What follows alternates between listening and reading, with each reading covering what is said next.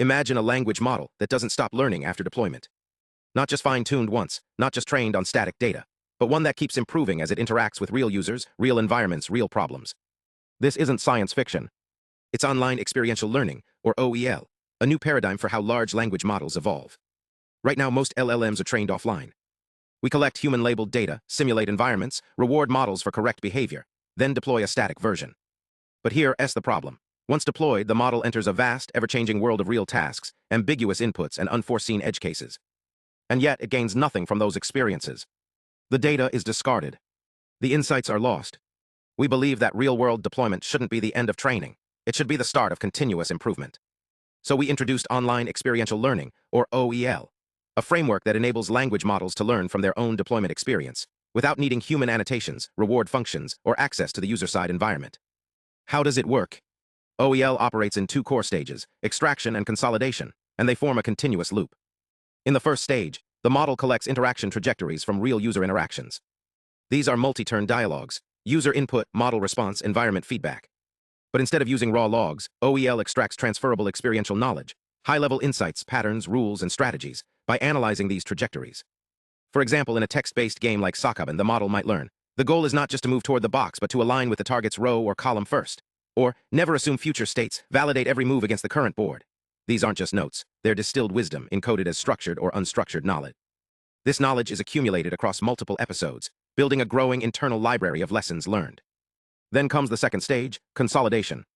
The extracted experiential knowledge is used to train the model via on-policy context distillation, a technique that lets the model internalize knowledge directly into its parameters. Here's the key. During training, the model generates responses from partial interaction prefixes, like a single turn of a conversation. It's optimized to match a knowledge-conditioned teacher, a frozen version of itself, augmented with the accumulated experiential knowledge. The loss is computed using reverse KL divergence, token by token, ensuring the student learns not just what to say, but how to reason. And critically, this entire process runs on the server side. No access to the user's environment. No reward signals. No human labels. Just text feedback, just like what the model sees in the wild. Then the improved model is redeployed. It now collects higher quality trajectories, because it's smarter, more efficient, and better at avoiding failure. Those better experiences yield richer knowledge in the next round. This creates a virtuous cycle. Better model, better experience, right arrow, richer knowledge, right arrow, better model. We tested OEL on two challenging text-based games, Frozen Lake and Sokoban, both in the text arena environment. No explicit rules were provided. The model had to discover the mechanics through trial and error. We ran experiments across multiple model sizes, QN3-1, 7B, 4B, and 8B, on both thinking and non-thinking variants. The results? Consistent, measurable gains. In Frozen Lake, a 1.7B model saw its pass rate climb from around 10% to over 50% after just 2 iterations of OEL. In Sokoban, a non-thinking model jumped from 7% to over 30%. But it wasn't just about accuracy. OEL also made the model more efficient. As experiential knowledge was internalized, response lengths dropped by about 30%, meaning the model reasoned faster with less verbosity. It wasn't just smarter, it was leaner. And here's a crucial point. OEL didn't sacrifice generalization. We tested on out-of-distribution benchmarks like if-eval. While off-policy distillation methods caused performance to degrade, suffering from catastrophic forgetting, OEL preserved performance almost perfectly. Why?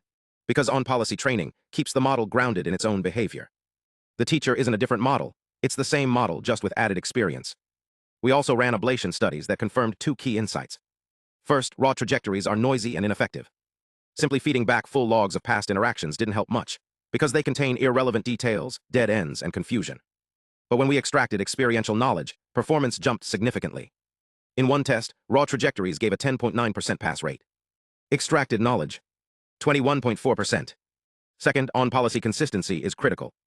We tested whether knowledge from a larger model, QN3-4B, could help a smaller one, QN3-1, 7B. Surprisingly, it didn't work as well. Why?